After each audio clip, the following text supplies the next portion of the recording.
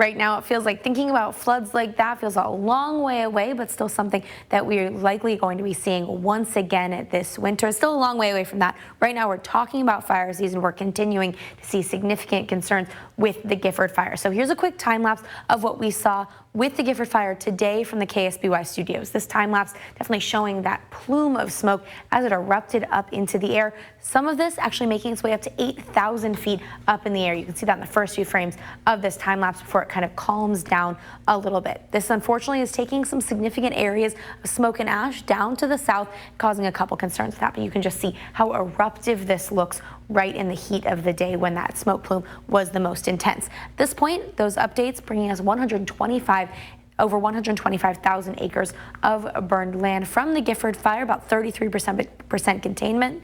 This is what that is currently looking like right now. You can still see that plume of smoke, thankfully now not making its way quite as high up in the atmosphere, but still bringing significant areas of smoke and ash down to the south of San Luis Obispo. So here's what we're seeing. That's mainly with the very warm conditions in the interior still impacting us at this point. 97 right now in Paso Robles, 75 at the Gifford fire, 61 in both Lompoc and Santa Maria, 66 in Santa Barbara. So you can see the two different stories going on right here. Still very hot in the interiors, but that cooler, dense marine air is already here for many of our coastal valleys. That's going to help cool us down. It's also going to help out with the Gifford fire. So right now we do have mostly clear skies all the way down to our beaches. Really not too many concerns. Just starting to see some of that cloud cover making its way into areas like Morro Bay and down by Lompoc right now. But then we're going to be seeing a couple more hours before that really settles in.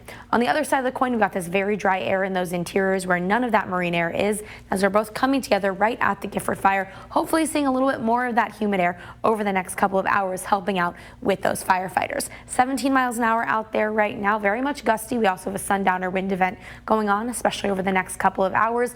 Gusts will continue in the overnight hours into tomorrow as well, so it's still going to be a bit of a tricky day out there for those firefighters. We still have a lingering heat advisory for the interiors of Santa Barbara County right now. That's going to stay in effect through 9 p.m. But then things are going to start to change. This high pressure is starting to degrade. That's going to be leaving the area. We'll see a very small area of low pressure making its way to the central coast over the next few days. That's going to cool us down. Cooling down starting tomorrow.